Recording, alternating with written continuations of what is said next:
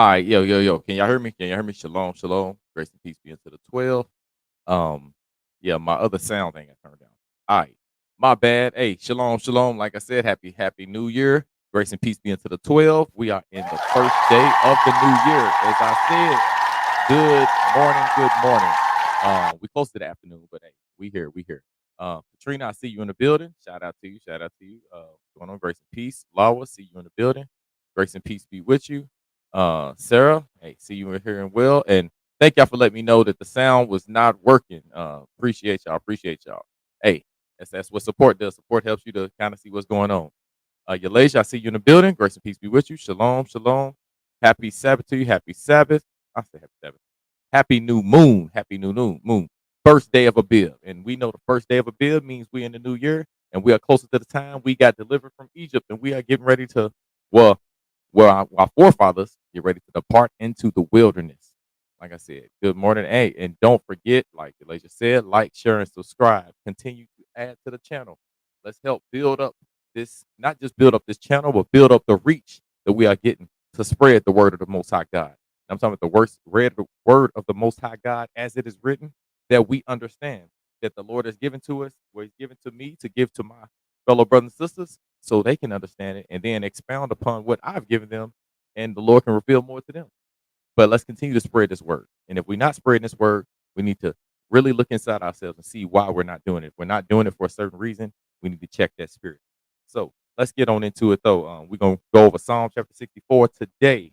And again, let me know if the mic sound is not coming in good. Let me know.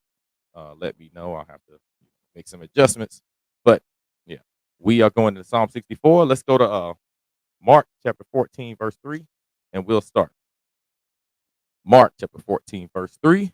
And being in Bethany, in the house of Simon the leper, as he sat at meat, there came a woman having an alabaster box of precious ointment and spikenard. Of ointment, spikenard, very precious, and she brake the box and poured it on his head. And there were some that had indignation within themselves and said, why was this waste of the ointment made? Or it might have been sold for much and given to the poor. And they murmured against her. And Jesus said, let her alone. Why trouble ye her?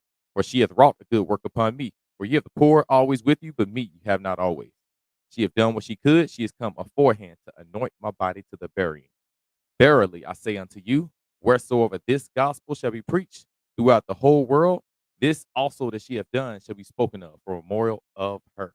So whenever we bring out the true gospel of Jesus Christ, the gospel that's spoken to the 12 tribes of Israel, scattered all over the globe, the gospel that's given to the people that transgress his commandments, the people that transgress his commandments that were scattered because of his punishment are the people we know as black people, the slave descendants, those that are the children of the diaspora or the dispersed. Who's dispersed? Us. Why we dispersed? Because we were moved from the land, because God told us to get out. He gave us an eviction notice. He says, you don't want to live by my rules? Go on out there and enjoy the world. And now the world is whooping our ass, and we've realized, hey, we're supposed to be with our God. We're supposed to be subject to our Father's rules. And as long as we ain't subject to his rules, he's going to make sure that the rest of the world gives us the same punishment he would have gave us. Actually, even worse. He multiplied our afflictions. So now that we understand that with this gospel that we preaching to those people, and the gospel is telling us to keep his laws, statutes, commandments, then we always going to remember the woman that put the ointment on the body of our Messiah, who gave his life for us. We always going to remember that woman for the rest of our days, as long as we bring out this gospel. All right. So let's get on into it now. Psalm chapter 64, verse 1. Hear my voice, O God, in my prayer. Preserve my life from fear of the enemy. So we're asking God to hear our prayer, to listen to us. And we already know who God listens to. And that's the people that keep his statutes and commandments. Those people that follow his rules. If you don't follow his rules, then he's not listening to your prayer. Your prayer is a waste of time. He's turning his ear from it. He's putting his hands up, be like, ah, la, la, la, la, la. You ain't doing what I say, then don't ask me for ish. That's how our Father is. See, he's a black father. He's not that soft, or sucker, simp, weak, no boundaries, no rules, just get treated any type of way that we want to treat him. Nah, that's not who God is. That's who we think God is. This is who we thought he was. That is not the God of the Bible. The God of the Bible has expectations, and he expects those demands to be met. And if we don't meet them, then he has nothing for us. All right. Because only a weak individual will allow someone to run over them and continue to provide for them. And God is not weak. God is strong. He is powerful. He's omnipotent. He's a man of war. And he don't play them games. Psalm 64:2. Hide me from the secret counsel of the wicked, from the insurrection of the workers of the iniquity. See, what we got to do is make sure, hey, God protects us from the secret counsel. There's people going to be plotting against you. If you love the Lord, you truly love him, people will be threatened by that. They will despise you. They will be jealous of you. And you just have to ask God to just, fight on my behalf. I know things are going on that I can't see, but you know what? I'm not going to worry about that. I trust in you. So we're going to hey, Lord, hide the counsel of the wicked from me. You know what I'm saying? Hide me from that counsel, meaning protect me from whatever plots they got, whatever secret, each secret arrows they shoot at me. Hey, protect me from that. Make sure I don't go the way that they would have that. Don't have me go in the way of the path where they were going to set that trap for me. And then after I don't go through that trap, let them walk through that trap and fall on themselves. Lord, protect me from the workers of iniquity, from the sinners, from those who hate you. Verse 3, who whet their tongue like a sword and bend their bows to shoot their arrows, even bitter words. See, that's what he says. They whet their tongue like the sword, meaning they preparing their sword. You know what I'm saying? They sharpening it. They're getting it ready to slay us. They're trying to mix our blood with their sword. That's what they want to do. And he says also, who shoot suddenly at those that fear him not. You know what I'm saying? They are shooting their arrows at us. Verse 5, they encourage themselves in an evil matter. They commune of laying snares privily, and they say, who shall see them? See, they're secretly, again, laying traps like I explained. They are. And it says they encourage themselves in an evil matter, meaning they sit back and they're talking with each other like, hey, let's do X, Y, and Z. You know what I'm saying? This is a good idea. It's going to be good to overthrow the righteous. You know what? I think it's a great thing to catch those people that's keeping the commandments and make sure we make them suffer. You know what I'm saying? They're shooting secretly at the perfect. Verse 5. Verse 6. They shall search out iniquity. They accomplish a diligent search. Both the inward thought of every one of them is deep, and their heart. I'm sorry, let me read that again. Both the inward thought of every one of them and the heart is deep. Meaning, not only, see, they're doing much study to do a lot of evil. You know what I'm saying? They are constantly sitting back, trying to plot to do something. Like the scripture says. Matter of fact, watch this. I'm gonna show you what I'm talking about. Because I'm gonna make sure y'all understand. He says they accomplish a diligent search. They work hard to bring down the righteous. They work hard to attack the people that actually love God and want to fight for God's laws and for his system, his way of life. All right. They make sure they work hard for that. They fight for that. Let's go to Jeremiah chapter 4, verse 22. Let's go to Jeremiah 4:22.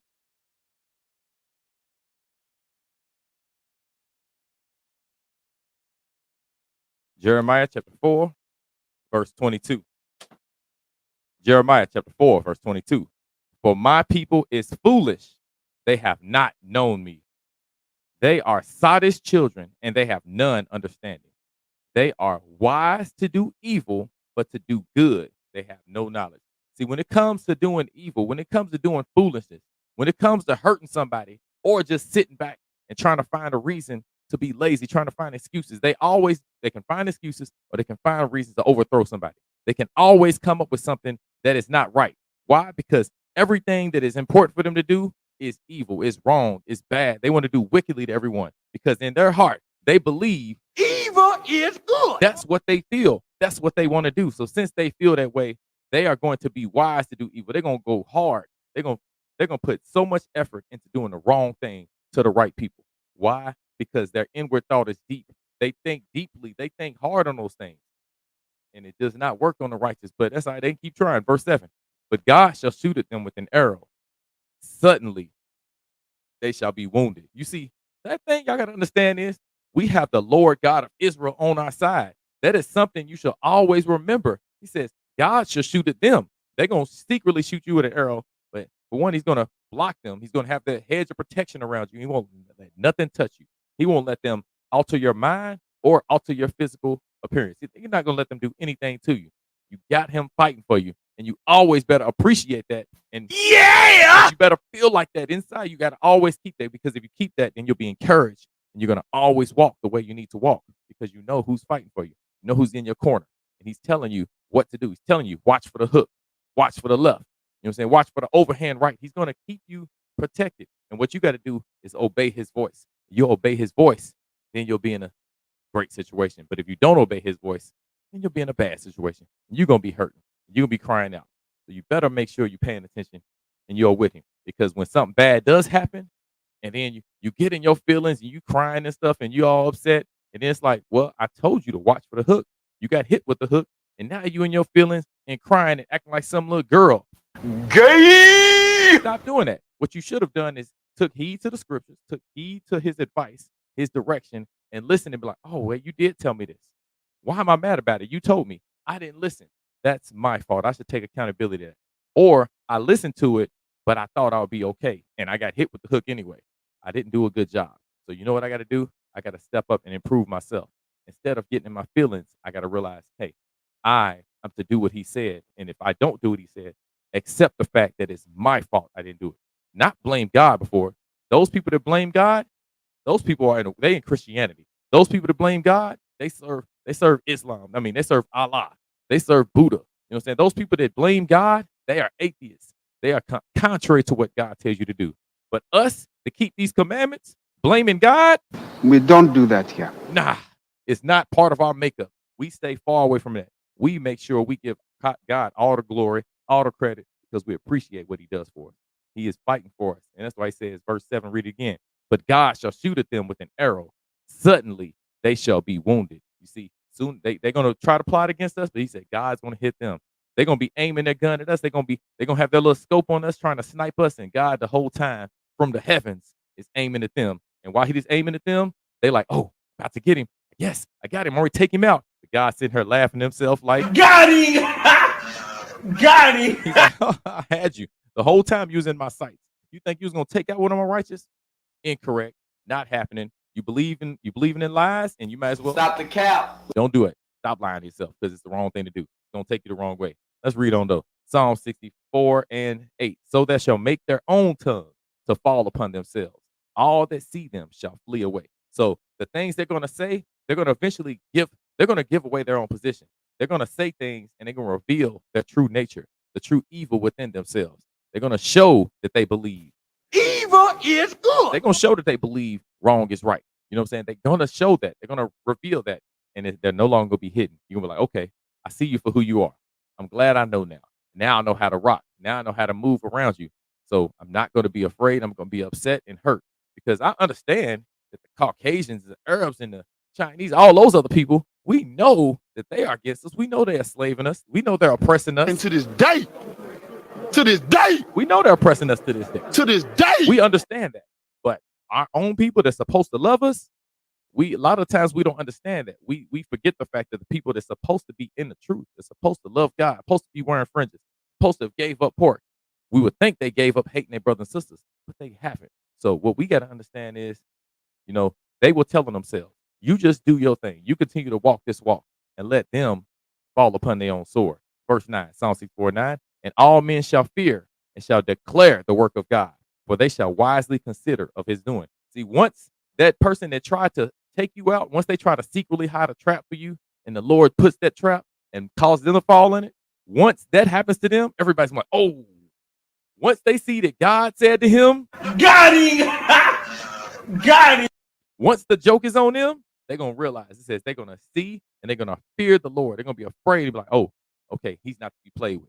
Just like all the world, all the nations that was outside of Israel, all the people that were not Hebrews, all of the people that knew the children of Israel were favored by God after the Red Sea, it's going to be the same thing with all of our brothers and sisters that don't follow the word of God. They are going to see and fear the Most High. But by the time they see and fear, most of them is going to be too late. They're going to be so deep in their sin, ain't nothing going to bring them out. Psalm 64 and 10, the righteous shall be glad in the Lord and shall trust in him. And the upright in heart shall glory. See, it says the righteous will be glad. So that the righteous people, they think everything God does is good. Righteous people are like, hey, God brought us into slavery. Good job, Lord. I appreciate you. Lord, I appreciate you. Good job. The righteous are going to see when our people are being thrown in jail and treated badly, and that God is revealing to us who our enemies are. They're going to be like, they're going to be happy. They're going to be excited because it was of God's doing. The righteous will understand that they were abused as children. They were treated bad. They were, yelled at. They felt unloved the whole time. They're going to realize this was God's doing. Good job. They're going to appreciate all the things God does for them and where he leads them in their life because it brings them to the path to where they can accept and receive the Most High, the fullness of God, and they're going to want to follow Him. And they're not going to be like, God, you wrong for that. They're going to be like, hey, God, Exactamundo, dude. you was exactly on point. Everything you did, all the things. I'm going to see what you do and be glad. It ain't going to be no God, you was petty for that. God, that was wrong. Why would you do that to such and such? No, you'll be like, well, God, you did that. Good. I appreciate you. Good job. The righteous will see all of his works and be glad. The wicked, though, they'll see God do something and think he's wrong. As soon as you think God's wrong, it means you think you know more than him. As soon as you think you know more than God, your pride is kicked in, and you are one of the most foolish, and not one of the most foolish individual to ever walk this earth. Because only a fool would think they know more than the all-knowing God who has been here since the beginning of. Matter of fact, there is no beginning of time for God. God always was and always will be. Was there a beginning of time for Christ? Yes. Is there a beginning of time for people? Yes. But God doesn't have a beginning, he doesn't have an end. So guess what? His knowledge is infinite. And if you understand his knowledge is infinite, then you are going to be in agreement with whatever he does. Let's read verse 10 again. Psalm 64:10. The righteous shall be glad in the Lord and shall trust in him. And the upright in heart shall glory. See, they're going to glory. They're going to cheer. They're going to be thankful. Lord, all praises to the Most High. Thank you. I appreciate you because you're the greatest man to ever live. And I'm going to stand on that till the day I die. So this is Psalm chapter 64, verse 10. I pray everybody gain some understanding from this. If you got any questions, y'all know what to do. Hit the comment section. If you got any, questions, thoughts, disagreements, any of that stuff, put it in the chat. You'll get responses. If not from me, from one of the brothers that's in the team that'll kind of let you know, hey, here's the scriptures for that. And say, we'll be open to that discussion. And of course, if you want more discussion, continue, message the Instagram, TikTok, the Chaz, you get in touch with us. We'll reach out to you. We'll talk back to you. And we'll try to build you up and give you the understanding of the Most High God. All right. Israel, appreciate y'all for being in the lesson. Y'all have a great day. Enjoy your new moon. And we may come back on later for new moon questions and answers, beginning of the year, all of that good stuff. Other than that, love y'all. Appreciate you. Y'all have a good one. Grace and peace be unto the Most High. Shalom, Israel.